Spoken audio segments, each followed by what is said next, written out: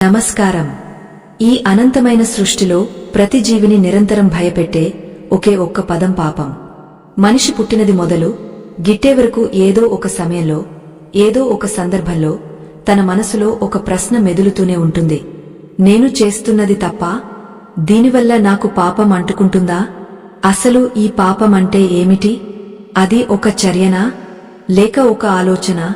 పురాణాల ప్రకారం శాస్త్రాల ప్రకారం ఎన్నో రకాల పాపాలు ఉన్నాయి. ప్రాణహాని చేయడం పాపం అంటారు, దొంగతనం చేయడం పాపం అంటారు, అబద్ధం చెప్పడం పాపం అంటారు. కాని వీటన్నింటికంటే మించిన ఘోరమైన పాపం ఒకటి ఉంది. అది ఎంత ప్రమాదకరమైనది అంటే దాని చేస్తున్నప్పుడు మనిషికి అది పాపం అని కూడా అనిపించదు. కాని దాని ఫలితం మాత్రం చాలా భయంకరంగా ఉంటుంది. మరి అతిపెద్ద పాపమేమిటి? సమస్త లోకాలను కాపాడే శ్రీకృష్ణ పరమాత్ముడు ఈ ప్రశ్నకు ఇచ్చిన సమాధానమేమిటి? ఈ విషయాలను లోతుగా తెలుసుకునే ప్రయత్నమే ఈ కథనం. ఈ అత్యంత విలువైన ధార్మిక ప్రయాణంలోకి వెళ్లే ముందు ఒక చిన్న మనవి. మన సనాతన ధర్మంలోని ఇలాంటి గూఢమైన రహస్యాలు, శ్రీకృష్ణుడు అందించిన అమృతతుల్యమైన సందేశాలు మరింత మందికి చేరాలంటే మీ ప్రోత్సాహం మాకు చాలా అవసరం. ఈ కథనం మీకు నచ్చినట్లయితే వెంటనే మీ అభిమానాన్ని తెలియజేయండి. మా ఆధ్యాత్మిక ప్రపంచానికి అండగా నిలవండి. అప్పుడే మేము ఇలాంటి మరిన్ని అద్భుతమైన విషయాలను మీ ముందుకు తీసుకురాగలం. ఈ కథనాన్ని కేవలం ఒక కాలక్షేపంలా కాకుండా ఒక జీవిత పాక్యంలా భావించి చివరి వరకు వినండి. ఎందుకంటే సగం విన్న జ్ఞానం, సగం చదివిన పుస్తకం ఎప్పుడూ ప్రమాదమే. కాబట్టి ఏకాగ్రతతో ఈ ప్రయాణాన్ని ఆశాంతం సాగిద్దాం. కురుక్షేత్ర మహా సంగ్రామం ముగిసిన తర్వాతి రోజులవి. హస్తినాపురంలో ధర్మరాజు పట్టాభిషేకం జరిగి రాజ్యపాలన సాగుతున్న సమయమది. యుద్ధం మిగిల్చిన గాయాలు ఇంకా పచ్చిగానే ఉన్నాయి. ఎటు చూసినా రక్తం చిందిన నేల, బంధువులను కోల్పోయిన కుటుంబాల రోదనలు వినిపిస్తూనే ఉన్నాయి. పాండవులు విజయం సాధించినప్పటికీ వారి మనసుల్లో ఏదో తెలియని అలజడి. ముఖ్యంగా అర్జునుడి మనసులో అనేక సందేహాలు సుడిగుండాల్లా తిరుగుతున్నాయి. యుద్ధంలో తాను చేసినవి, చూసినవి, అనుభవించినవి అతన్ని నిద్రపోనివ్వడం లేదు. ఒకరోజు సాయంకాలం సూర్యుడు అస్తమిస్తున్న వేళ యమునా నదీ తీరంలో శ్రీకృష్ణుడు ఏకాంతంగా కూర్చుని ప్రవహిస్తున్న నీటిని చూస్తూ చిరునవ్వుతో ఏదో ఆలోచిస్తున్నాడు. ఆ సమయంలో అర్జునుడు నెమ్మదిగా కృష్ణుడి దగ్గరకు వచ్చాడు. కృష్ణుడి ముఖంలో ఉన్న ప్రశాంతతను చూస్తుంటే అర్జునుడికి తన మనసులోని ఆవేదన మరింత భారంగా అనిపించింది. కృష్ణా అని పిలిచాడు అర్జునుడు. ఆ పిలుపులో ఎంతో దీనత్వముంది. కృష్ణుడు తల తిప్పి అర్జునుడిని చూసి ఆత్మీయంగా పక్కన కూర్చోమని సైగ చేశాడు. అర్జునుడు కూర్చున్నాడు కాని అతని కళ్లలో ప్రశ్నలు కదులుతూనే ఉన్నాయి. బావా, ఈ ప్రపంచంలో ధర్మం, అధర్మం గురించి నువ్వు గీతలో ఎంతో చెప్పావు. నేను నా కర్తవ్యం చేశాను, యుద్ధం చేశాను. కాని నా మనసును ఒక భయం వెంటాడుతోంది అని అర్జునుడు ఆగపోయాడు. కృష్ణుడు మౌనంగా వింటూ చెప్పమన్నట్లుగా కనుసైగ చేశాడు. అప్పుడు అర్జునుడు తన అసలు సందేహాన్ని బయటపెట్టాడు. మాధవ, లోకంలో ఎన్నో రకాల పాపాలు ఉన్నాయి కదా. కొందరు తెలిసి చేస్తారు, కొందరు తెలియక చేస్తారు. ఈ యుద్ధంలో మేము ఎంతో మందిని చంపాము. అది ధర్మమే అయినా అందులో హింస ఉంది. కాని నాకు ఒక సందేహం కలుగుతోంది. ఈ సృష్టిలో ఏ ప్రాయశ్చిత్తం లేని పాపం ఏదైనా ఉందా? అన్ని పాపాల కంటే అతిపెద్ద పాపం ఏది? ఏ పని చేయడం వల్ల మనిషికి నరకంలో కూడా చోటు దొరకదు? అసలు నిజమైన పాపి ఎవరు అని అడిగాడు. అర్జునుడి ప్రశ్న విన్న కృష్ణుడు నదీ ప్రవాహం వైపు చూస్తూ ఒక క్షణం మౌనంగా ఉండిపోయాడు. అది సామాన్యమైన ప్రశ్న కాదు. అది మానవజాతి మొత్తానికి సంబంధించిన ప్రశ్న. అప్పుడు కృష్ణుడు తన మౌనాన్ని వీడి గంభీరమైన స్వరంతో ఇలా అన్నాడు. పార్థ, నువ్వు అడిగిన ప్రశ్న చాలా లోతైనది. సాధారణంగా మనుషులు ఏమనుకుంటారంటే హత్య చేయడం, దొంగతనం చేయడం లేదా పరాయి స్త్రీని మోహించడం ఇవే పెద్ద పాపాలు అని భావిస్తారు. అవును, ఇవి పాపాలే. వీటికి శిక్షలు ఉన్నాయి. కాని వీటన్నింటికీ మూలమైనది, వీటన్నింటికంటే ప్రమాదకరమైనది మరొకటి ఉంది. అది కనిపించదు. అది ఒక చర్యలా ఉండదు. అది ఒక మానసిక స్థితి. ఆ స్థితిలో ఉన్న మనిషి తాను పాపం చేస్తున్నానని కూడా గ్రహించలేడు. అదే అతడిని అధోగతికి తీసుకువెళ్తుంది. ఆ అతిపెద్ద పాపి ఎవరో తెలుసుకోవాలంటే నేను నీకు ఒక కథ చెప్పాలి. ఇది పూర్వం జరిగిన ఒక యథార్థగాథ. దీన్ని శ్రద్ధగా విను. అనగనగా ఒక విశాలమైన రాజ్యం ఉండేది. ఆ రాజ్యంలో ధర్మవర్ధనుడు అనే ఒక గొప్ప పండితుడు ఉండేవాడు. అతడు సకల శాస్త్రాలు చదివినవాడు. వేదాలు, ఉపనిషత్తులు అతడి నాలుకపై నాట్యం చేసేవి. అతడి దినచర్య చాలా నియమబద్ధంగా ఉండేది. సూర్యోదయానికి ముందే లేవడం, నది స్నానం చేయడం, గంటల తరబడి జపతపాలు చేయడం, దేవాలయానికి వెళ్లడం, పేదలకు అన్నదానం చేయడం, ఇవే అతడి నిత్యకృత్యాలు. ఓరందరూ అతడిని చూసి ఇతను నడిచే దైవమని, కలియుగంలో ఇంతటి పుణ్యాత్ముడు మరొకరు ఉండరు అని కొనియాడేవారు. ధర్మవర్ధనుడు కూడా తనను తాను అలాగే భావించేవాడు. నేను ఎవరికీ హాని చేయను, అబద్ధం చెప్పను, ఎప్పుడూ దైవ చింతనలోనే ఉంటాను కాబట్టి నాకు స్వర్గం ఖాయమని నమ్మేవాడు. అదే ఊరిలో ఊరి చివర ఒక చిన్న గుడిసెలో రంగడు అనే ఒక సాధారణ వ్యక్తి ఉండేవాడు. అతడు ఏ శాస్త్రాలు చదవలేదు. అతడికి మంత్రాలు రావు. అతడి బతుకు తెరువు కోసం రోజువారీ కూలీ పనులు చేసుకునేవాడు. కొన్నిసార్లు అడవికి వెళ్లి కట్టెలమ్మి బతికేవాడు. సమాజం దృష్టిలో అతడు ఒక అజ్ఞాని. కొంతమంది అతడిని చిన్నచూపు చూసేవారు. రంగడికి ఒక అలవాటు ఉండేది. అతడు ఉదయం లేవగానే ఆకాశం వైపు చూసి ఆ భగవంతుడికి ఒక నమస్కారం పెట్టి, అయ్యా, ఈ రోజు కూడా నాకు బతికే అవకాశం ఇచ్చావు. నా రెక్కల కష్టంతో నలుగురికి సాయపడే శక్తిని ఇవ్వు అని కోరుకునేవాడు. అతడికి పెద్దగా పూజలు చేయడం తెలియదు. గుడికి వెళ్తే గర్భగుడిలోకి వెళ్లడానికి కూడా జంకేవాడు. దూరం నుండే దండం పెట్టుకుని వెళ్లిపోయేవాడు. ఒకానొక సమయంలో ఆ ప్రాంతంలో భయంకరమైన కరువు వచ్చింది. వర్షాలు లేవు, పంటలు పండలేదు, నదులు ఎండిపోయాయి. ప్రజలు గుక్కెడు నీళ్ల కోసం, పిడికెడు మెతుకుల కోసం అలమటించిపోతున్నారు. ఎంతో మంది ఆకలితో చనిపోతున్నారు. ఆ సమయంలో ధర్మవర్ధనుడు తన ఇంట్లో ఉన్న ధాన్యాన్ని పేదలకు పంచడం మొదలుపెట్టాడు. ఊరంతా అతడి దాతృత్వాన్ని పొగడటం మొదలుపెట్టారు. ధర్మవర్ధనుడు గారు దేవుడిలా ఆదుకుంటున్నారు అని జేజేలు కొట్టారు. ఈ పొగడ్తలు వింటున్న కొద్దీ ధర్మవర్ధనుడి మనసులో తెలియని గర్వం మొలకెత్తడం మొదలైంది. నేను ఇంతమందిని కాపాడుతున్నాను, నా వల్లే వీరందరూ బతుకుతున్నారు అనే అహంకారం సూక్ష్మంగా అతడిలో ప్రవేశించింది. కాని పైకి మాత్రం చాలా వినయంగా నటిస్తూ ఇదంతా ఆ దేవుడి దయ అనేవాడు. కాని లోపల మాత్రం నేనే గొప్ప అనే భావన బలంగా ఉండేది. మరోవైపు రంగడు తన దగ్గర ఉన్నది చాలా తక్కువైనా దాన్ని కూడా పంచుకునేవాడు. ఒకరోజు అతడికి కూలీ పని దొరకలేదు. ఇంట్లో తినడానికి ఏమీ లేదు. ఆకలితో అలమటించిపోతున్నాడు. అడవికి వెళ్లి ఏదైనా పండు దొరుకుతుందేమో అని వెతికాడు. చాలాసేపటి తర్వాత ఒక చెట్టుకు కొన్ని పండ్లు కనిపించాయి. కష్టపడి చెట్టు ఎక్కి ఆ పండ్లను కోసుకుని ఆనందంగా కిందకు దిగాడు. అమ్మయ్య, ఈ రోజుకు నా ఆకలి తీరుతుంది అని అనుకున్నాడు. సరిగా అదే సమయానికి ఒక ముసలి అవ్వ చేతిలో కర్ర పట్టుకుని వణుకుతూ అక్కడికి వచ్చింది. ఆమె కళ్ళు లోపలికి వెళ్లిపోయి ఉన్నాయి. అయ్యా, 3 రోజుల నుండి తిండిలేదు, కళ్ళు తిరుగుతున్నాయి, కాస్త ఏమైనా ఉంటే పెట్టవా అని దీనంగా అడిగింది. రంగడి చేతిలో ఉన్నవి కేవలం 4 పండ్లు. అవి తింటే అతడి ఆకలి తీరుతుంది. ఇవ్వకపోతే ఆ ముసలి అవ్వ ప్రాణం పోయేలా ఉంది. రంగడు ఒక్క క్షణం కూడా ఆలోచించలేదు. తన ఆకలిని పక్కన పెట్టి ఆ 4 పండ్లను అవ్వ చేతిలో పెట్టాడు. తల్లి, ఇవి తీసుకో, నీ ఆకలి తీర్చుకో అని చెప్పాడు. ఆ అవ్వ కళ్లలో నీళ్లు తిరిగాయి. నువ్వు చల్లగా ఉండాలయ్యా అని దీవించి ఆ పండ్లను తిని ప్రాణం నిలబెట్టుకుంది.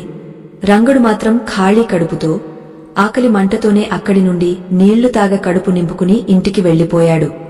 అతడికి తాను ఏదో గొప్ప త్యాగం చేశానని కాని, పుణ్యం చేశానని కాని అనిపించలేదు.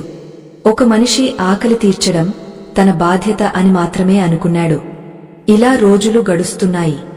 కరువు తీవ్రరూపం దాల్చింది. ధర్మవర్ధనుడి దగ్గర ఉన్న ధాన్యం కూడా నిండుకుంది. అయినా కూడా ప్రజలు అతడి ఇంటి ముందు బారులు తీరి ఉండేవారు. ధర్మవర్ధనుడికి కోపం రావడం మొదలైంది. ఇన్నాళ్లు పెట్టాను కదా, ఇంకా నా ప్రాణం తీస్తున్నారు ఎందుకు? నా దగ్గర ఏమీ లేవు పొండి అని కసురుకోవడం మొదలుపెట్టాడు. తన పుణ్యం అయిపోతుందేమో, తన సంపద తరిగిపోతుందేమో అనే భయం అతడిలో మొదలైంది. ఇంతకాలం అతడు చేసిన దానధర్మాలు కేవలం కీర్తి కోసమే తప్ప నిజమైన కరుణతో కాదు అనే విషయం ఆ క్లిష్ట సమయంలో బయటపడింది. అతడు తన పూజా గదిలోకి వెళ్లి, దేవుడా, నేను ఇన్ని ధర్మాలు చేశాను కదా, నాకెందుకు ఈ కష్టం? నాకు మళ్లీ సంపదను ఇవ్వు, అప్పుడు వీళ్లకు పెడతాను అని బేరసారాలు మొదలుపెట్టాడు. ఇదిలా ఉండగా ఒక విచిత్రమైన సంఘటన జరిగింది. ఆ ఊరికి ఒక యోగ వచ్చాడు.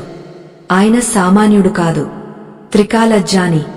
ఆయన ఊరి మధ్యలో నిలబడి, ఈ ఊరిలో ఒక మహాపాపి ఉన్నాడు, అతడి వల్లే ఈ కరువు ఇంకా పోవడం లేదు. ఆ పాపి ఎవరో తెలుసుకుని అతడిని ఊరి నుండి వెలివేస్తే తప్ప వర్షాలు పడవు అని ప్రకటించాడు. ప్రజలందరూ ఆశ్చర్యపోయారు, భయపడ్డారు. ఎవరై ఉంటారు ఆ పాపి అని ఒకరి ముఖాలు ఒకరు చూసుకోవడం మొదలుపెట్టారు. అందరి అనుమానం ఊరిలో ఉండే దొంగల మీద, తాగుబోతుల మీద పడింది.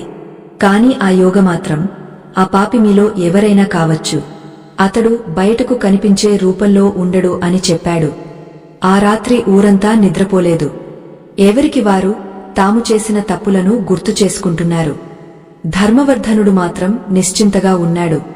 నేను ఎలాగూ పాపిని కాదు, నేను పండితుడిని, దాతను. ఖచ్చితంగా ఆ రంగడో లేక మరెవరో అల్పుడో అయి ఉంటాడు అని అనుకున్నాడు. మరుసటి రోజు ఉదయం ఆ యోగ అందరినీ ఒకచోట సమావేశపరిచాడు. ఊరి ప్రజలందరూ అక్కడికి చేరారు. ధర్మవర్ధనుడు ముందు వరుసలో ఎంతో కీవిగా కూర్చున్నాడు. రంగడు మాత్రం వెనుక ఎక్కడో చెట్టు చాటున బిక్కుబిక్కుమంటూ నిలబడ్డాడు. నేను ఏమైనా తప్పు చేశానా? నా వల్ల ఊరికి అరిష్టం దాపురించిందా అని భయపడుతున్నాడు. యోగా అందరినీ కలయచూశాడు. ఆయన చూపులు ధర్మవర్ధనుడి మీద ఆగలేదు, వెనుక ఉన్న దొంగల మీద ఆగలేదు. ఆయన కళ్ళు గుంపు చివర ఉన్న రంగడి మీద ఆగాయి. ప్రజలందరూ ఆ యోగ చూపులను గమనిస్తున్నారు. ఒక్కసారిగా అందరి దృష్టి రంగడి మీద పడింది. ధర్మవర్ధనుడు మనసులో నవ్వుకున్నాడు. అనుకున్నదే జరిగింది. ఆ అజ్ఞాని, ఆ దరిద్రుడే ఆ పాపి అయి ఉంటాడు. వాడివల్లే మనకి ఈ కష్టాలు అని తీర్మానించుకున్నాడు. యోగ నెమ్మదిగా నడుచుకుంటూ వెనక్కి వెళ్లాడు. రంగడి దగ్గరకు వెళ్లి నిలబడ్డాడు. రంగడు భయంతో వణికిపోతూ, సామీ, నేను ఏ తప్పు చేయలేదు, నా వల్ల ఏదైనా పొరపాటు జరిగి ఉంటే క్షమించండి అని కాళ్లమీద పడ్డాడు. అప్పుడు ఆ యోగ చిరునవ్వుతో రంగడిని లేవదీసి, నాయనా, నువ్వు కాదు పాపి, నువ్వు మహాత్ముడివి. నిన్ను చూసే ఈ ఊరిని ఇంకా ఆ దేవుడు కాపాడుతున్నాడు అని అన్నాడు. ప్రజలందరూ షాక్ అయ్యారు. ధర్మవర్ధనుడికి నోట మాట రాలేదు. ఏమిటి, వీడు మహాత్ముడా? ఏ శాస్త్రం తెలియనివాడు, ఏ పూజలు చేయనివాడు మహాత్ముడు ఎలా అవుతాడు అని అతడి అహం దెబ్బతిన్నది. వెంటనే లేచి, స్వామీ, మీరు పొరబడుతున్నారు. వీడు నిరక్షరాస్యుడు, నేనేమో నిత్యం దైవారాధన చేసే పండితుడిని. మీరు నన్ను కాదని వీడిని మహాత్ముడు అంటున్నారు. అసలు ఆ పాపి ఎవరో చెప్పకుండా ఈ నాటకమేమిటి అని నిలదీశాడు. యోగా ధర్మవర్ధనుడి వైపు తీక్షణంగా చూశాడు. ఆ చూపులో ఒక ప్రచండమైన తేజస్సు ఉంది. పండితుడా, నువ్వు అడిగావు కాబట్టి చెబుతున్నాను. ఈ సభలో ఉన్న అతిపెద్ద పాపివి నువ్వే అని గట్టిగా చెప్పాడు. ఆ మాట పిడుగులా సభలో పడింది. ధర్మవర్ధనుడు నివ్వెరపోయాడు. కోపంతో ఊగపోయాడు. నేను పాపినా? నేను చేసిన దానధర్మాలు, నా పూజలు అన్నీ అబద్ధమా? మీరు అబద్ధం చెబుతున్నారు అని అరిచాడు. అప్పుడు కృష్ణుడు కథను ఆపి అర్జునుడి వైపు చూశాడు. అర్జునుడు కూడా కథలో లీనమైపోయి ఉన్నాడు. కృష్ణ, అదెలా సాధ్యం? అంత ధర్మం చేసినవాడు పాపి ఎలా అయ్యాడు? కేవలం పండ్లు దానం చేసిన రంగడు మహాత్ముడు ఎలా అయ్యాడు? ఇందులో ఏదో మర్మముంది. ఆ యోగా ఎందుకలా అన్నాడు? అసలు ధర్మవర్ధనుడు చేసిన ఆ ఘోరమైన పాపం ఏమిటి అని ఆతృతగా అడిగాడు. కృష్ణుడు చిన్నగా నవ్వి, పార్థ, పాపం అనేది చేతులతో చేసేది మాత్రమే కాదు. మనసులో పుట్టే ఒక విషపు ఆలోచన 1000 గోవులను చంపిన పాపం కంటే ప్రమాదకరమైనది కావచ్చు. ధర్మవర్ధనుడు తన జీవితకాలంలో ఒకే ఒక్క పని చేశాడు. అది బయటకు పుణ్యంలా కనిపించింది కాని దాని వెనుక ఉన్న ఉద్దేశం అతడిని పాతాళానికి తొక్కేసింది. ఆ రోజు ఆ సభలో యోగి ధర్మవర్ధనుడికి అతడి గతాన్ని గుర్తుచేశాడు. 10 ఏళ్ల క్రితం జరిగిన ఒక సంఘటన గురించి చెప్పగానే ధర్మవర్ధనుడి ముఖం పాలిపోయింది. అతడి కాళ్ల కింద భూమి కదిలిపోయింది. ఇంతకీ ఆ 10 ఏళ్ల క్రితం ఏం జరిగింది? అందరూ గొప్పవాడు అనుకుంటున్న ధర్మవర్ధనుడు చీకట్లో చేసిన ఆ రహస్య పాపమేమిటి? అది తెలిస్తే నువ్వు కూడా ఆశ్చర్యపోతావు అర్జున. ఎందుకంటే మనలో చాలామంది మనకు తెలియకుండానే ప్రతిరోజూ ఆ పాపాన్ని చేస్తూనే ఉన్నాం. ఆ రోజు ఆ యోగి సభ మధ్యలో ధర్మవర్ధనుడి అసలు రంగును ఎలా బయటపెట్టాడు? రంగడికి తెలియని అతడి పూర్వజన్మ పుణ్యమేమిటి? ఈ ప్రశ్నలకు సమాధానాలు పాపం యొక్క అసలు స్వరూపాన్ని నీకు పూర్తిగా అర్థమయ్యేలా చేస్తాయి. కాని ఆ భయంకరమైన నిజం తెలుసుకోవాలంటే మనం ఆ యోగ మాటలను వినాలి. ఆ యోగ పలికిన మాటలకు ఆ సభలో నిశ్శబ్ద విస్ఫోటనం సంభవించింది. అందరి కళ్ళు ధర్మవర్ధనుడి పైనే ఉన్నాయి. ధర్మవర్ధనుడు భయంతో, ఆశ్చర్యంతో, కోపంతో ఊగపోతున్నాడు. అప్పుడు ఆ యోగ చాలా ప్రశాంతంగా ఒక చిరునవ్వుతో ఇలా చెప్పడం మొదలుపెట్టాడు. పండితుడా, నీకు గుర్తుందా? సరిగా 10 ఏళ్ల క్రితం ఇదే ఊరిలో నువ్వు నీ తండ్రిగారి జ్ఞాపకార్థం ఒక భారీ అన్నదాన కార్యక్రమం ఏర్పాటు చేశావు. ఆ రోజు నువ్వు చేసిన ఏర్పాట్లు చూసి ఊరంతా ముక్కున వేలేసుకున్నారు. 100 మంది వంటవాళ్లు, 1000 మంది అతిథులు, రకరకాల పిండి వంటలు. ఆ రోజు నువ్వు పట్టు వస్త్రాలు ధరించి మెడలో రుద్రాక్ష మాలలు వేసుకుని సాక్షాత్తు అన్నపూర్ణేశ్వరి అనుగ్రహం పొందిన వాడిలా అందరికీ వడ్డించావు. వచ్చిన వారందరూ ఆహా, ధర్మవర్ధనుడు ఎంత గొప్పవాడు, ఎంత దానకర్ణుడు అని ఆకాశానికి ఎత్తేశారు. ఆ పొగడ్తలకు నువ్వు ఉబ్బితబ్బిబ్బైపోయావు. నీలో ఉన్న అహంకారం ఆ రోజు హిమాలయాల ఎత్తుకు చేరింది. ఆ రోజు మధ్యాహ్నం భోజనాలు దాదాపు పూర్తయ్యే సమయం. నువ్వు అలసిపోయి నీ ఇంటి అరుగుమీద కూర్చుని మిగిలిన వంటకాలను లెక్కలు వేసుకుంటున్నావు. అప్పుడు అక్కడికి ఒక వ్యక్తి వచ్చాడు. అతడు ఒక చండాలుడు.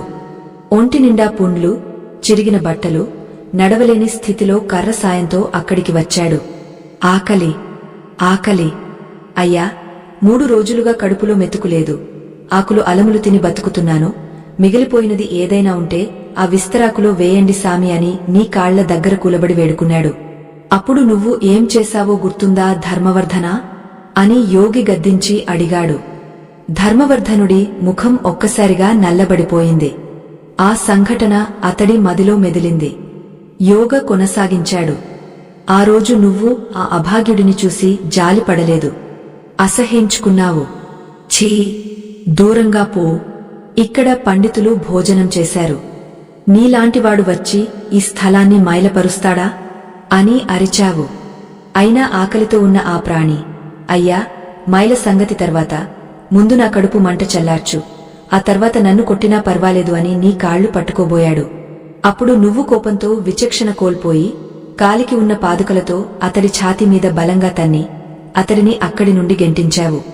అతడు ఆ దెబ్బకు విలవిలలాడుతూ ఆకలితోనే కళ్లనీళ్లతో నిన్ను చూస్తూ అక్కడి నుండి వెళ్లిపోయాడు. ఆ తర్వాత కొద్దిసేపటికే ఆకలికి తట్టుకోలేక ఊరి బయట అతడు ప్రాణాలు విడిచాడు. ఇప్పుడు చెప్పు పండితుడా, ఆ రోజు నువ్వు 1000 మందికి అన్నం పెట్టావు. ఆ 1000 మంది కడుపు నిండిన పుణ్యం ఎక్కడికి పోయింది? ఆ ఒక్క ప్రాణిని, ఆకలితో ఉన్న ఆత్మను కాలితో తన్నిన ఆ ఒక్క క్షణంలోనే నువ్వు సంపాదించిన పుణ్యం మొత్తం బూడిదలో పోసిన పన్నీరులా మారిపోయింది. పైగా ఆకలిగున్న జీవిని హింసించిన పాపం నీ తలరాతనే మార్చేసింది. నువ్వు అన్నం పెట్టింది ఆకలి తీర్చడానికి కాదు, నీ కీర్తి పెంచుకోవడానికి. కాని ఆ చండాలుడిని తన్నింది మాత్రం నీలోని అహంకారంతో. అందుకే చెబుతున్నాను, అన్నదానం చేసిన చేతులతోనే ఒక ప్రాణిని హింసించిన వాడివి నువ్వు.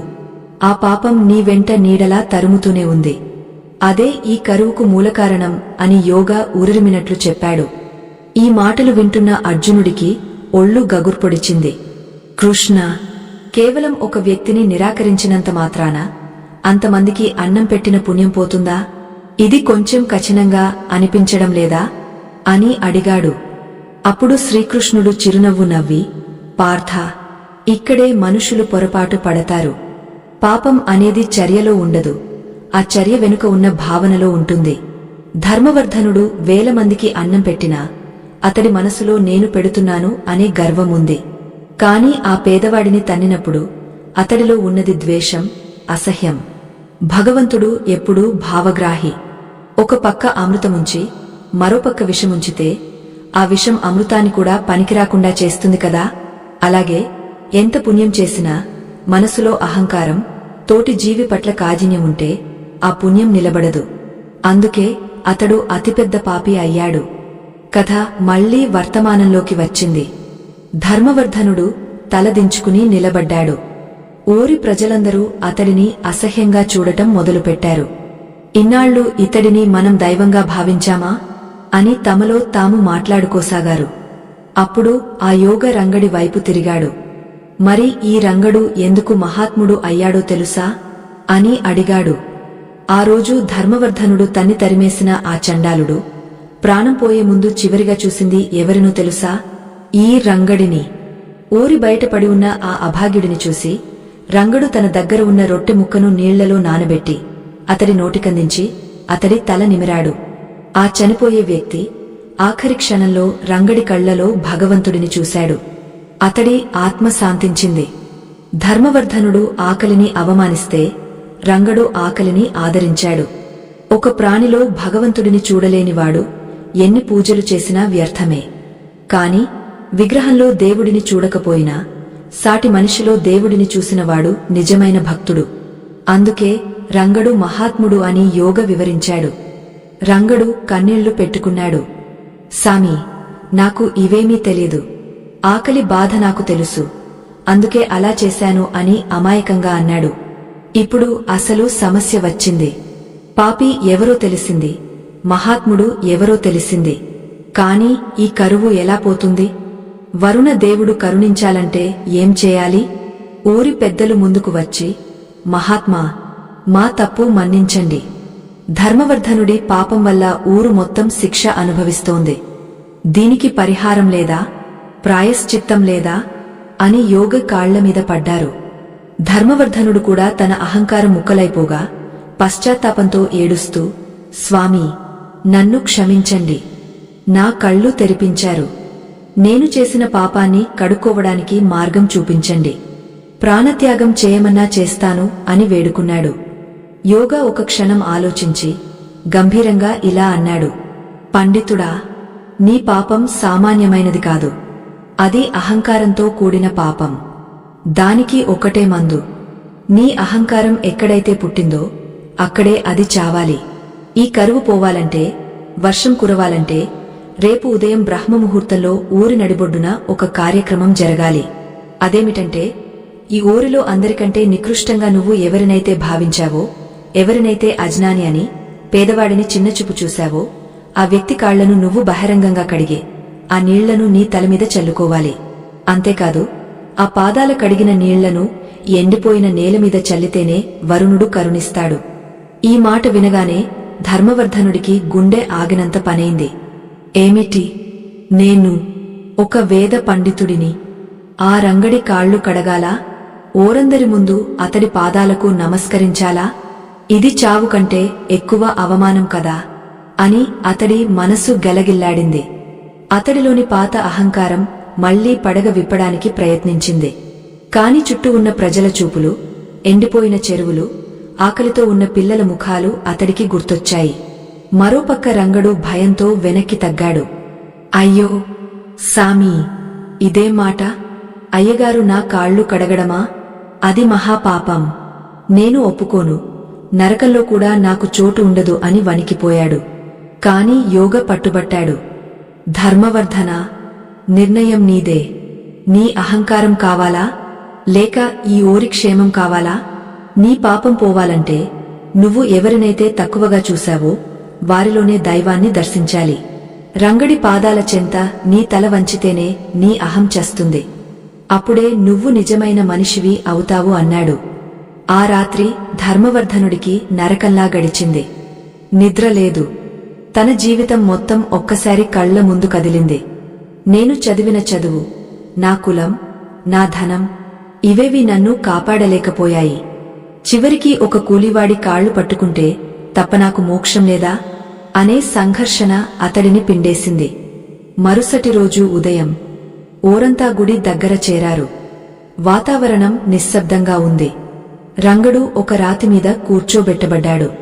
అతడు కన్నీళ్లతో వద్దని వారిస్తున్నాడు. ధర్మవర్ధనుడు నెమ్మదిగా తల వంచుకుని అక్కడికి వచ్చాడు. అతడి చేతిలో వెండి పళ్ళెం, నీళ్ల చెంబు ఉన్నాయి. అతడి అడుగులు తడబడుతున్నాయి. కాని కళ్లలో ఒక కొత్త వెలుగు కనిపిస్తోంది. అది పశ్చాత్తాపం తాలూకు వెలుగు. అతడు రంగడి ముందు మోకరిల్లాడు. ఆ దృశ్యం చూసి ప్రజలు ఊపిరి బిగబట్టారు. ఒక మహాపండితుడు ఒక సామాన్యుడి పాదాలను తాకబోతున్నాడు. కాని సరిగా ధర్మవర్ధనుడు నీళ్లు పోసి రంగడి కాళ్లు కడగబోతుండగా ఒక అనూహ్యమైన సంఘటన జరిగింది. అది ఎవరూ ఊహించని మలుపు. ఆకాశంలో నల్లటి మబ్బులు కమ్ముకోవడం లేదు, కాని భూమి కంపించడం మొదలైంది. అసలు ఆ యోగ చెప్పినట్లు కాళ్లు కడిగితే వర్షం పడుతుందా, లేక అక్కడ మరొక దైవిక లీల జరగబోతోందా? ధర్మవర్ధనుడు రంగడి పాదాలను తాకగానే రంగడి శరీరంలో నుండి ఒక దివ్యమైన కాంతి ఎందుకు వచ్చింది? అసలు రంగడు కేవలం సామాన్యుడేనా, లేక మరేదైనా రహస్యం దాగ ఉందా? కృష్ణుడు ఆపి అర్జునుడిని చూశాడు. పార్థా, అహంకారం చచ్చిన చోట అద్భుతాలు జరుగుతాయి. కాని ఆ అద్భుతం జరగడానికి ముందు అక్కడ ఒక భయంకరమైన నిజం బయటపడింది. అదేమిటంటే ఈ కథలోని అసలైన మలుపు మరియు శ్రీకృష్ణుడు చెప్పబోయే పరమ రహస్యం తర్వాతి భాగంలో ఉంది. ఆ క్షణం అక్కడ ఏం జరిగిందో వర్ణించడానికి మాటలు చాలవు. ధర్మవర్ధనుడు వణుకుతున్న చేతులతో, కన్నీళ్లతో నిండిన కళ్లతో రంగడి పాదాలపై నీళ్లు పోసి తన 2 చేతులతో ఆ పాదాలను తాకాడు. అప్పటి వరకు ఆకాశంలో మండుతున్న సూర్యుడు ఒక్కసారిగా మబ్బుల చాటుకు వెళ్లిపోయాడు. ధర్మవర్ధనుడి చేతులు రంగడి పాదాలకు తగలగానే అతడి శరీరంలో ఒక విద్యుత్తు ప్రవహించినట్లు అనిపించింది. అది షాక్ కాదు, అది ఒక అద్భుతమైన అనుభూతి. ఇన్నాళ్లు తన హృదయాన్ని కప్పేసిన అహంకారం అనే మంచుపొర ఆ ఒక్క స్పర్శతో కరిగిపోవడం మొదలైంది. ధర్మవర్ధనుడు తల పైకెత్తి రంగడి ముఖంలోకి చూశాడు. ఆ క్షణంలో అతడికి అక్కడ రంగడు కనిపించలేదు.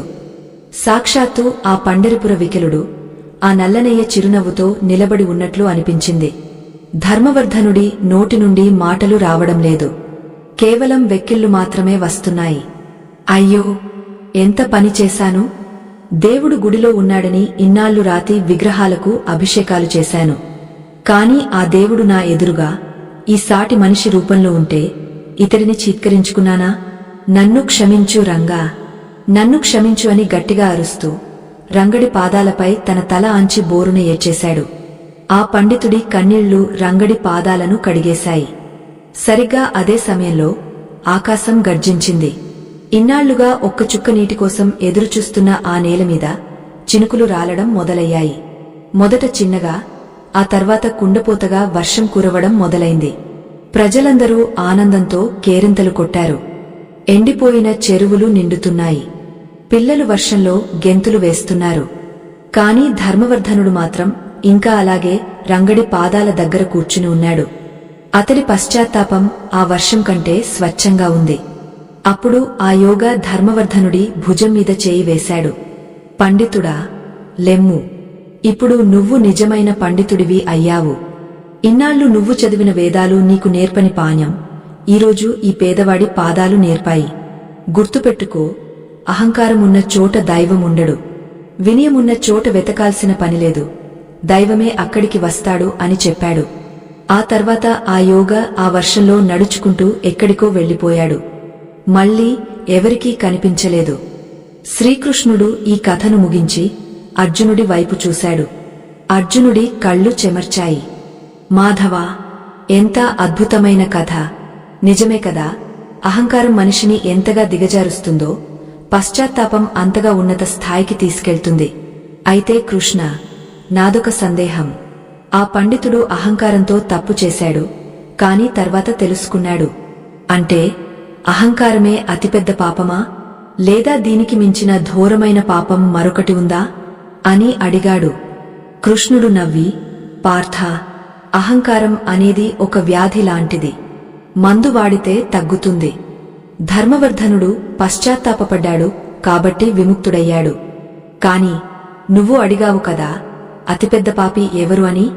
దానికి సమాధానం ఇక్కడే ఉంది.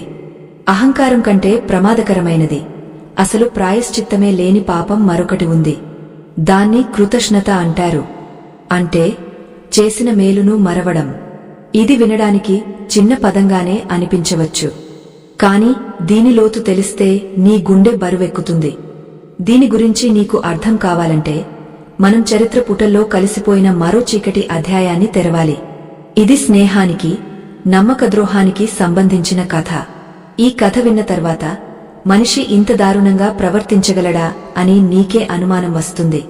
పూర్వం మగధ దేశానికి సరిహద్దులో ఉన్న అరణ్యంలో వీరసింహుడు అనే ఒక గిరిజన యువకుడు ఉండేవాడు. అతడు అడవి బిడ్డ, కల్మషం లేని మనస్సు. అతడికి లోక జ్ఞానం తక్కువ, కాని ప్రేమించడం మాత్రం బాగా తెలుసు. అతడికి ప్రాణానికి ప్రాణంగా ఒక మిత్రుడు దొరికాడు. అతడి పేరు విక్రమ్. అయితే విక్రమ్ సామాన్యుడు కాదు. అతడు పొరుగు రాజ్యపు యువరాజు. శత్రు రాజుల దాడిలో తన రాజ్యాన్ని, తల్లిదండ్రులని పోగొట్టుకుని ప్రాణాలు కాపాడుకోవడానికి అడవిలోకి పారిపోయి వచ్చాడు. గాయాలతో, ఆకలితో స్పృహ తప్పి పడిపోయిన విక్రమ్ని వీరసింహుడు చూశాడు. అతడిని తన గుడిసెకు తీసుకెళ్లి మూలికా వైద్యం చేసి కంటికి రెప్పలా కాపాడాడు. విక్రమ్ కోలుకున్న తర్వాత ఇద్దరి మధ్య గాయమైన స్నేహం ఏర్పడింది. వీరసింహుడు అడవిలో దొరికే తేనె, పండ్లు తెచ్చి విక్రమ్కి పెట్టేవాడు. తాను ఆకలితో ఉన్నా సరే తన మిత్రుడు ఆకలిగా ఉండకూడదని భావించేవాడు. విక్రమ్ తనకు రాజ్య విద్యలు వచ్చు కాబట్టి వీరసింహుడికి కత్తిసాము, విలువిద్య నేర్పించేవాడు. ఒకరోజు రాత్రి ఇద్దరు మంట కాచుకుంటూ కూర్చున్నప్పుడు విక్రమ్ కన్నీళ్లతో తన గతాన్ని చెప్పాడు. మిత్రమా, నేను ఒక యువరాజును. ఈ రోజు ఇలా అనాథలా ఉన్నాను. ఎప్పటికైనా నా రాజ్యాన్ని నేను తిరిగా సంపాదించుకోవాలి. కాని నా దగ్గర సైన్యం లేదు, ధనం లేదు అని బాధపడ్డాడు. అప్పుడు వీరసింహుడు విక్రమ్ చేతిలో చేయి వేసి, మిత్రమా, నువ్వు బాధపడకు. ఈ అడవిలో ఉన్న యువకులందరినీ నేను ఒప్పిస్తాను. మేమంతా నీ వెంట ఉంటాం. నీ రాజ్యం నీకు దక్కే వరకు నా ప్రాణం నీకు అడ్డుగా వేస్తాను అని మాట ఇచ్చాడు. ఆ మాట కేవలం మాట వరసకు చెప్పింది కాదు. ఆ తర్వాతి రోజు నుండే వీరసింహుడు తన గూడెంలోని యువకులందరినీ పోగు చేశాడు. విక్రమ్ వారికి యుద్ధ విద్యలు నేర్పాడు. కొన్నాళ్లకు ఒక చిన్న సైన్యం తయారైంది. విక్రమ్ నాయకత్వంలో వీరసింహుడి అండతో వారు శత్రువులపై గెరిల్లా దాడులు చేయడం మొదలుపెట్టారు. ఆ యుద్ధం భీకరంగా సాగింది. ఒకానొక యుద్ధంలో శత్రు సైన్యం విక్రమ్ను చుట్టుముట్టింది. ఒక బాణం విక్రమ్ గుండె వైపు దూసుకువస్తోంది. అది చూసిన వీరసింహుడు క్షణం కూడా ఆలోచించకుండా అడ్డుగా దూకాడు. ఆ బాణం వీరసింహుడి భుజంలో దిగింది. రక్తం ధారలా కారింది. అయినా లెక్క చేయకుండా విక్రమ్ను కాపాడి శత్రువులను తరిమికొట్టాడు. చివరికి విక్రమ్ తన రాజ్యాన్ని జయించాడు. పట్టాభిషేకం జరిగింది. సింహాసనం ఎక్కే ముందు విక్రమ్ వీరసింహుడిని కౌగిలించుకుని, మిత్రమా, ఈ విజయం నీది. ఈ సింహాసనంలో సగభాగం నీది. నువ్వు అడవికి తిరిగి వెళ్ళొద్దు. నాతోనే ఉండిపో. నా ప్రధాన మంత్రిగా ఉండు అని ప్రాధేయపడ్డాడు. కాని వీరసింహుడు నవ్వి, రాజా, నేను అడవి బిడ్డను. ఈ రాచనగరులు, ఈ మర్యాదలు నాకు పడవు. నీకు రాజ్యం దక్కింది, నాకు అది చాలు. ఎప్పుడైనా నీకు సాయం కావాలంటే కబురు పంపు, గాలిలా వస్తాను అని చెప్పి తన అడవికి వెళ్లిపోయాడు. కాలం గిర్రున తిరిగింది. విక్రమ్ ఇప్పుడు మహారాజు. అధికారం, భోగభాగ్యాలు అతడిని మార్చేశాయి. చుట్టూ పొగడ్తలతో ముంచెత్తే కవులు, సామంతులు చేరారు. అడవి జాపకాలు మెల్లగా మసకబారాయి. వీరసింహుడు అనే మిత్రుడు ఉన్నాడనే విషయాన్ని కూడా అతడు దాదాపు మర్చిపోయాడు. ఇదిలా ఉండగా అడవిలో భయంకరమైన అంటువ్యాధి ప్రబలింది. గిరిజనులందరూ చనిపోతున్నారు.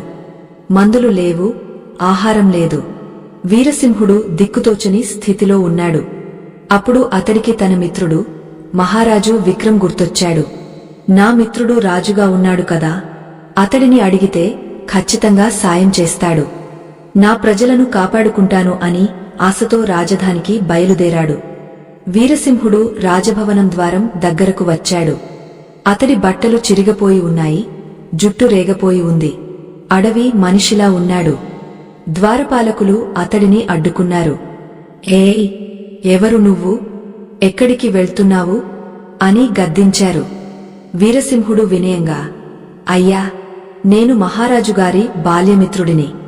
నా పేరు వీరసింహుడు. రాజుగారిని ఒకసారి కలవాలి, అత్యవసరం అని చెప్పాడు. ద్వారపాలకులు పకపకా నవ్వారు. నువ్వు మహారాజు గారి మిత్రుడివా? అద్దంలో నీ మొహం ఎప్పుడైనా చూసుకున్నావా? బిచ్చగాడిలా ఉన్నావు. రాజుగారి స్నేహితుడివట, పో అవతలికి అని గెంటేశారు. వీరసింహుడు వదలలేదు. దయచేసి ఒక్కసారి కబురు పంపండి. వీరసింహుడు వచ్చాడని చెప్పండి. ఆయన పరుగున వస్తారు అని బతిమాలాడు. చివరికి ఒక భటుడు వెళ్లి సభలో ఉన్న రాజుగారికి ఈ విషయం చెప్పాడు. ప్రభూ, ఎవరో అడవి మనిషి వచ్చాడట. మీ పేరు పెట్టి పిలుస్తున్నాడు. మీ మిత్రుడట. లోపలికి రమ్మంటారా అని అడిగాడు. సింహాసనమీద ఉన్న విక్రంకి ఆ పేరు వినగానే ఒక్కసారిగా గతం గుర్తొచ్చింది. వీరసింహుడు, తన ప్రాణదాత, తన రక్తం పంచుకున్న సోదరుడు. కాని ఆ మరుక్షణం విక్రం చుట్టూ చూశాడు. తన పక్కన పొరుగు దేశపు రాజులు ఉన్నారు, మంత్రులు ఉన్నారు, గొప్ప గొప్ప పండితులు ఉన్నారు. ఇప్పుడు ఆ చిరిగిపోయిన బట్టలతో ఉన్న అడవి మనిషిని లోపలికి పిలిచి, ఇతను నా మిత్రుడు అని చెబితే నా పరువు ఏమవుతుంది? వీరందరూ నన్ను చూసి నవ్వుతారేమో. ఒక అడవి మనిషితో రాజుకు స్నేహమా అని హేళన చేస్తారేమో అనే ఆలోచన ఆ కృతజ్ఞుడి మనసులో మెదిలింది. అధికారం అనే మత్తులో అతడు మానవత్వాన్ని మరిచిపోయాడు. చేసిన మేలును మరిచిపోయాడు. విక్రం ముఖం గంభీరంగా మార్చుకున్నాడు. భటుడితో, ఎవరాడు? నాకే స్నేహితుడూ లేడు. వాడెవడో పిచ్చివాడే ఉంటాడు. నన్ను కలవడానికి వీల్లేదు అని చెప్పి పంపించేయండి అని ఆజ్ఞాపించాడు. భటుడు బయటకు వచ్చి వీరసింహుడిని ఈడ్చుకుంటూ వెళ్లి, మహారాజుగారికి నీలాంటి స్నేహితులు లేరట. మర్యాదగా ఇక్కడి నుండి వెళ్ళిపో అని తోసేశాడు. వీరసింహుడు నమ్మలేకపోయాడు. నా విక్రం ఇలా అన్నాడా? లేదు, ఖచ్చితంగా ఏదో పొరపాటు జరిగి ఉంటుంది. అతడికి నా పేరు సరిగా వినిపించి ఉండదు. నేను స్వయంగా కనిపిస్తే తప్ప నమ్మడు అని అనుకున్నాడు. అందుకే ఆ రోజు రాత్రి వీరసింహుడు గోడ దూకి రహస్యంగా రాజుగారి అంతఃపురంలోకి ప్రవేశించాడు. విక్రం తన గదిలో ఒంటరిగా ఉన్నాడు.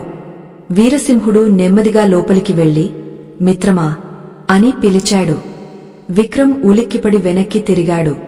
ఎదురుగా వీరసింహుడు. అదే చిరునవ్వు, అదే ఆత్మీయత. కాని విక్రం కళ్లలో మాత్రం ఆనందం లేదు, భయం, కోపమున్నాయి. నువ్వు ఇక్కడికి ఎలా వచ్చావు? ఎవరైనా చూస్తే ఏమనుకుంటారు అని అరిచాడు విక్రం. వీరసింహుడు ఆశ్చర్యపోయాడు. మిత్రమా, నేనెవరో గుర్తుపట్టలేదా? నేను నీ వీరసింహుడిని. మనం అడవిలో కలిసి పెరిగాం. నీకోసం నా రక్తం ధారపోశాను. ఈరోజు నా ప్రజలు ఆపదలో ఉన్నారు. నీ సాయం కోసం వచ్చాను అన్నాడు. విక్రంకి అన్నీ గుర్తున్నాయి. కాని అతడి మనసులో కృతజ్ఞత లేదు. కేవలం తన హోదా, తన పరువు అనే అహంకారం మాత్రమే ఉంది. ఇప్పుడు ఇతడు బతికి ఉంటే ఎప్పటికైనా నా గతం అందరికీ తెలుస్తుంది. నేను ఒకప్పుడు అడవిలో బిచ్చగాడిలా బతికాను అని లోకానికి తెలిసిపోతుంది. అది నాకు అవమానం. ఈ రహస్యం ఇక్కడే సమాధి అయిపోవాలి అని ఒక రాక్షస నిర్ణయం తీసుకున్నాడు. విక్రం కపట ప్రేమ నటిస్తూ, ఓహో వీరసింహ, నువ్వా? క్షమించు మిత్రమా, ఉదయం గుర్తుపట్టలేదు. రా, కూర్చో అని దగ్గరకు పిలిచాడు. వీరసింహుడు నమ్మాడు. నా మిత్రుడు మారలేదు అని సంతోషించాడు. విక్రం పక్కనే ఉన్న పళ్ళెంలో నుండి ఒక పండు తీసి, ఇదిగో, ఇది తిను, చాలా రుచిగా ఉంటుంది అని ఇచ్చాడు. వీరసింహుడు ఆనందంగా దాన్ని నోట్లో పెట్టుకున్నాడు. కాని అతడికి తెలియదు, అది కేవలం పండు కాదు, తన మిత్రుడు ఇచ్చిన మరణ శాసనమని. ఆ పండులో తీవ్రమైన విషముంది. వీరసింహుడు ఆ పండు తిన్న కాసేపటికే గొంతు పట్టుకుంది. ఊపిరి ఆడడం లేదు. నోటి నుండి నురుగు వస్తోంది. అతడు విలవిలలాడుతూ కింద పడిపోయాడు. కళ్ళు తేలేస్తూ తన ప్రాణమిత్రుడి వైపు దీనంగా చూశాడు. విక్రం మాత్రం నిర్దాక్షిణ్యంగా చూస్తూ నిలబడ్డాడు. అప్పుడు వీరసింహుడు చనిపోతూ చివరి ఊపిరితో విక్రం వైపు చూసి ఒక మాట అన్నాడు. ఆ మాట విక్రం గుండెల్లో బాకులా దిగింది. ఆ మాట చరిత్రలో నిలిచిపోయింది. కృష్ణుడు కథను ఆపి అర్జునుడి కళ్లలోకి సూటిగా చూశాడు. పార్థ, ప్రాణం కాపాడిన వాడినే ప్రాణం తీసేలా చేసింది కృతజ్ఞత. నమ్మిన వాడిని నట్టేట ముంచడం కంటే పెద్ద పాపం మరొకటి ఉండదు అంటారు. కాని ఆశ్చర్యం ఏమిటంటే విక్రమ్ చేసిన పనికి అతడు ఆ జన్మలో శిక్ష అనుభవించలేదు. అతడు రాజుగానే చనిపోయాడు. మరి కర్మ సిద్ధాంతం తప్పు అయిందా? పాపానికి శిక్ష లేదా? లేదు అర్జునా, శిక్ష ఉంది. అది మరింత భయంకరమైనది. విక్రమ్ మరుజన్మలో ఎలా పుట్టాడో, ఏ యోనిలో జన్మించి ఎంతటి నరకయాతన అనుభవించాడో తెలిస్తే కృతజ్ఞత అంటేనే భయపడతారు. అంతేకాదు, ఈ కథలో ఇంకో ట్విస్ట్ ఉంది. వీరసింహుడు చనిపోయే ముందు అన్న ఆ చివరి మాట ఏమిటి? అది విక్రమ్ ఆత్మను ఎలా వెంటాడింది? ఈ రహస్యాలన్నీ ఇంకా నిగూఢంగానే ఉన్నాయి. అసలైన అతిపెద్ద పాపి ఎవరో తేల్చడానికి ఈ ఒక్క కథ సరిపోదు. ఎందుకంటే దీనికి మించిన మరో స్థాయి పాపముంది. అది తెలుసుకుంటేనే నీ ప్రశ్నకు పూర్తి సమాధానం దొరుకుతుంది.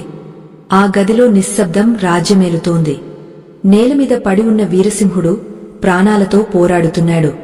విషం అతడి నరనరాల్లోకి పాకిపోతోంది. అయినప్పటికీ అతడి కళ్లలో తన మిత్రుడు విక్రమ్ పట్ల ద్వేషంగాని కోపంగాని కనిపించడం లేదు. కేవలం ఒక జాలి, ఒక ఆవేదన మాత్రమే కనిపిస్తున్నాయి. విక్రమ్ మాత్రం రాయిలా మారిపోయి ఎక్కడ తన గుట్టు బయటపడుతుందో అన్న భయంతో వణికిపోతున్నాడు. చివరి ఘడియల్లో వీరసింహుడు చాలా కష్టపడి ఊపిరి పీల్చుకుంటూ విక్రమ్ వైపు చేయి చాచాడు. కాని విక్రమ్ ఆ చేయిని పట్టుకోవడానికి వెనకాడాడు. అప్పుడు వీరసింహుడు చిరునవ్వుతో చాలా నెమ్మదిగా ఆ చివరి మాటలు పలికాడు. మిత్రమా, నా గురించి భయపడకు. నా చావు గురించి ఎవరికీ చెప్పకు. ఎందుకంటే నేను చనిపోయాక నా ఆత్మ శాంతిస్తుంది. కాని బతికున్నంతకాలం నీ మనస్సాక్షి నిన్ను ప్రతిక్షణం చంపుతూనే ఉంటుంది. నేను నిన్ను క్షమిస్తున్నాను. ఎందుకంటే నువ్వు విషమిచ్చింది నా శరీరానికి కాదు, నీ స్నేహానికి. ఈ రోజు నువ్వు ఒక మిత్రుడిని చంపలేదు, నీలోని మనిషిని చంపుకున్నావు. ఆ దేవుడు నిన్ను కరుణించుగాక అని చెబుతూనే వీరసింహుడు కన్నుమూశాడు. ఆ మాటలు విక్రమ్ చెవుల్లో సీసం పోసినట్లు మారుమోగాయి. అతడు ఆశించినట్లు వీరసింహుడు శపించలేదు, గొడవ చేయలేదు. ఆ మౌనమే, ఆ క్షమాగుణమే విక్రమ్కు అతిపెద్ద శిక్షగా మారింది. వీరసింహుడి మరణం తర్వాత విక్రమ్ అతడి శవాన్ని రహస్యంగా అడవిలో పాతిపెట్టించాడు. ఎవరికీ అనుమానం రాకుండా జాగ్రత్తపడ్డాడు. పైకి మామూలుగానే నటిస్తూ రాజ్యపాలన సాగించాడు. కాని ఆ రోజు నుండి విక్రమ్ జీవితం నరకప్రాయమైంది. అతడికి నిద్ర కరువైంది. కళ్ళు మూసుకుంటే చాలు వీరసింహుడి నవ్వుతున్న ముఖం, ఆ చివరి మాటలు గుర్తొచ్చి ఉలిక్కిపడి లేచేవాడు. రాజభోగాలు, పంచభక్ష్య పరమాన్నాలు అతడికి విషంలా అనిపించేవి. సభలో అందరూ జేజేలు కొడుతుంటే అతడి అంతరాత్మ మాత్రం నువ్వు హంతకుడివి, నువ్వు నమ్మకద్రోహివి అని గట్టిగా అరుస్తున్నట్లు అనిపించేది. అలా మానసిక క్షోభతో పిచ్చివాడిలా మారిపోయి కొన్నాళ్లకే విక్రమ్ కూడా మరణించాడు. అయితే అసలు కథ ఇక్కడే మొదలైంది. విక్రమ్ చనిపోయాక ఏమైంది? అతడు రాజు కాబట్టి స్వర్గానికి వెళ్లాడా? లేదు. కర్మ సిద్ధాంతం ఎవరినీ వదిలిపెట్టదు. మరుజన్మలో విక్రమ్ ఎలా పుట్టాడో తెలుసా అర్జునా అని కృష్ణుడు అడిగాడు. అర్జునుడు ఆసక్తిగా, భయంగా చూస్తున్నాడు. కృష్ణుడు గంభీరంగా చెప్పాడు. విక్రమ్ మరుజన్మలో ఒక ఎడారిలో ఒంటరిగా తిరిగే ఒక వింత జంతువుగా పుట్టాడు. ఆ జంతువుకి ఆకలి వేస్తుంది, కాని నోరు ఉండదు. దాహం వేస్తుంది, కాని గొంతు ఉండదు. దానికి తన గత జన్మ జ్ఞాపకం పూర్తిగా ఉంది. నేను ఒకప్పుడు రాజును, నేను నా మిత్రుడిని మోసం చేశాను అనే నిజాన్ని అది క్షణం క్షణం గుర్తు చేసుకుంటూ ఆ ఎడారి ఇసుకలో తల్లడిల్లిపోతూ యుగాల తరబడి శిక్ష అనుభవిస్తోంది. ఎందుకంటే పాఠ శాస్త్రాలు ఏం చెబుతున్నాయంటే బ్రహ్మహత్య దోషానికి కూడా ప్రాయశ్చిత్తం ఉంది, గోహత్యకు కూడా పరిహారం ఉంది, మద్యపానం చేసిన వాడికి కూడా విముక్తి ఉంది. కాని చేసిన మేలు మరిచిన వాడికి, నమ్మిన వాడిని మోసం చేసిన వాడికి, కృతజ్ఞుడికి మాత్రం ఈ సృష్టిలో ఎక్కడా ప్రాయశ్చిత్తం లేదు. కృతజ్ఞే నాస్తి నిష్కృతిన్హ. వాడిని నరకం కూడా తిరస్కరిస్తుంది. వాడు అనుభవించాల్సిందే తప్ప తప్పించుకోవడానికి మార్గం లేదు. అందుకే విక్రమ్ గతి అలా అయ్యింది అని కృష్ణుడు ముగించాడు. అర్జునుడి ఒంట్లో వణుకు పుట్టింది. కృష్ణ, ఇది చాలా భయంకరంగా ఉంది. నమ్మక ద్రోహం ఇంత పెద్ద పాపమా? అయితే ఇక దీనికి మించిన పాపముండదు కదా? ఇదే కదా ఆఖరి మెట్టు అని అడిగాడు. అప్పుడు కృష్ణుడు ఆకాశం వైపు చూసి ఒక దీర్ఘ నిట్టూర్పు విడిచాడు. లేదు పారా, ఇంకా ఉంది. నమ్మక ద్రోహం అనేది ఇద్దరు మనుషుల మధ్య జరిగే విషయం. కాని దీనిని మించినది, సృష్టి ధర్మాన్నే తలకిందులు చేసే అతిఘోరమైన పాపం మరొకటి ఉంది. దాని గురించి తెలిస్తే మనిషిగా పుట్టడమే శాపం అనిపిస్తుంది. అర్జునుడు ఆశ్చర్యపోయాడు. మాధవా, మిత్రద్రోహం కంటే, గురుద్రోహం కంటే, పితృహత్య కంటే పెద్ద పాపం ఏముంటుంది? దయచేసి ఆ రహస్యాన్ని విడమరచి చెప్పు. నా మనసులో ఆందోళన పెరుగుతోంది అని వేడుకున్నాడు. కృష్ణుడు అర్జునుడి కళ్లలోకి సూటిగా చూస్తూ ఇలా అన్నాడు. అర్జునా, నువ్వు యుద్ధభూమిలో ఉన్నావు. నీ చేతిలో గాంధీవముంది. నువ్వు శత్రువులను చంపితే అది ధర్మం అవుతుంది. కాని ఆయుధం లేకుండా, రక్తం చిందించకుండా, కేవలం ఒక చిన్న మౌనం తో ప్రపంచాన్ని నాశనం చేసేవాడి పాపం గురించి నీకు తెలుసా? అప్పుడు కృష్ణుడు ఒక ఉదాహరణ చెప్పడం మొదలుపెట్టాడు. ఒక ఊరిలో ఒక పరమ సాత్వికుడు ఉండేవాడు. అతడు ఎప్పుడూ సత్యమే మాట్లాడేవాడు, ధర్మాన్నే ఆచరించేవాడు. ఊరందరూ అతడిని గౌరవించేవారు. ఒకరోజు రాత్రి ఒక దొంగల ముఖ ఆ ఊరిమీద పడింది. వారు ఒక నిస్సహాయుడైన స్త్రీని, ఆమె చంటి బిడ్డను తరుముకుంటూ వస్తున్నారు. ఆ తల్లి ప్రాణభయంతో పరిగెడుతూ ఆ సాత్వికుడి ఇంటి వెనుక ఉన్న పొదల్లో దాక్కుంది. ఆ సాత్వికుడు ఇది చూశాడు. కాసేపటికి దొంగలు కత్తులతో అక్కడికి వచ్చారు. ఆ సాత్వికుడిని చూసి, అయ్యా, ఇటువైపు ఎవరైనా పారిపోతూ రావడం చూశారా అని అడిగారు. ఇప్పుడు ఆ సాత్వికుడికి ఒక పరీక్ష ఎదురైంది. అతడు సత్యవాది, అబద్ధం చెప్పకూడదు. అలాగని నిజం చెబితే ఆ తల్లి బిడ్డ ప్రాణాలు పోతాయి. అప్పుడు అతడు ఏం చేశాడో తెలుసా? అతడు అబద్ధం చెప్పలేదు, నిజం చెప్పలేదు. కేవలం మౌనంగా ఉండిపోయాడు. దొంగలు అతడి మౌనాన్ని అంగీకారంగా భావించి పొదల వెనుక వెతికి ఆ తల్లిని, బిడ్డను దారుణంగా చంపేశారు. ఆ సాత్వికుడు కళ్లారా ఆ ఘోరాన్ని చూస్తూ కూడా నేను అబద్ధం ఆడకూడదు అనే తన స్వార్థ ధర్మాన్ని పట్టుకుని మౌనంగా ఉండిపోయాడు. మరుసటి రోజు ఊరంతా ఆ హత్య గురించి మాట్లాడుకున్నారు. ఆ సాత్వికుడు మాత్రం నేను అబద్ధం చెప్పలేదు కాబట్టి నాకు పాపం లేదు అని తనకు తాను సర్ది చెప్పుకున్నాడు. కాని పార్హ, విచిత్రం ఏమిటో తెలుసా? ఆ దొంగలు నరకానికి వెళ్లారు, అది సహజం.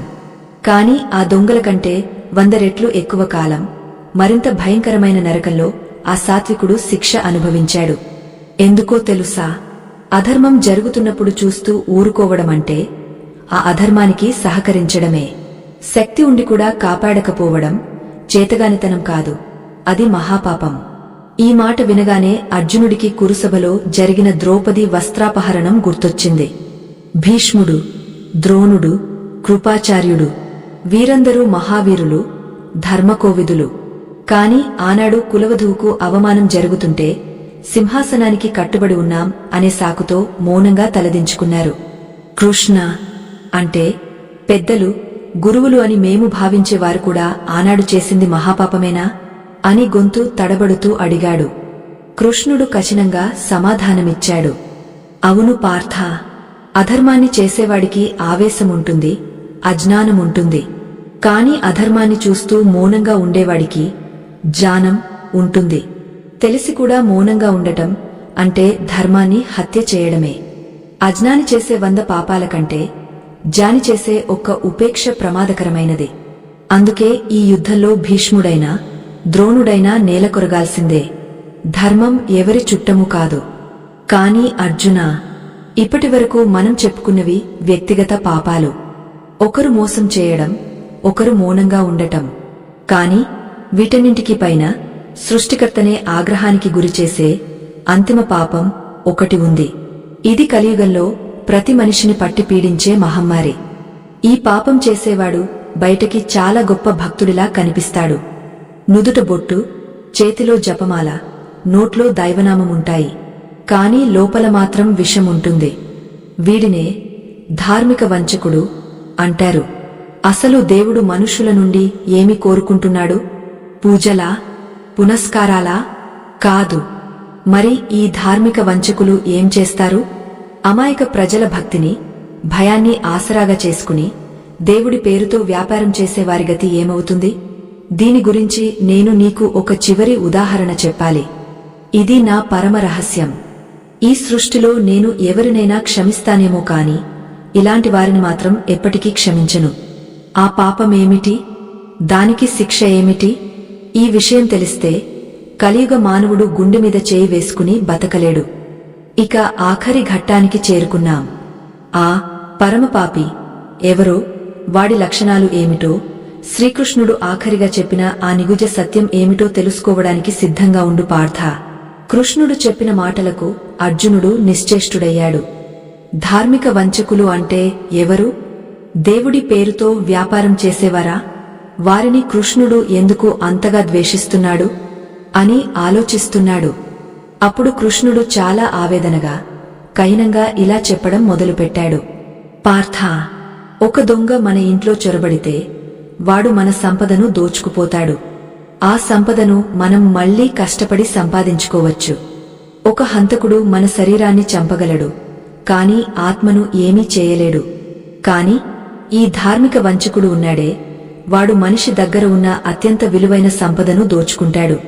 అదే నమ్మకం. ప్రజలు సంసార సాగరంలో ఈదుతూ అలసిపోయి ప్రశాంతత కోసం, కాస్త ఊరట కోసం దేవుడిని, గురువులను ఆశ్రయిస్తారు.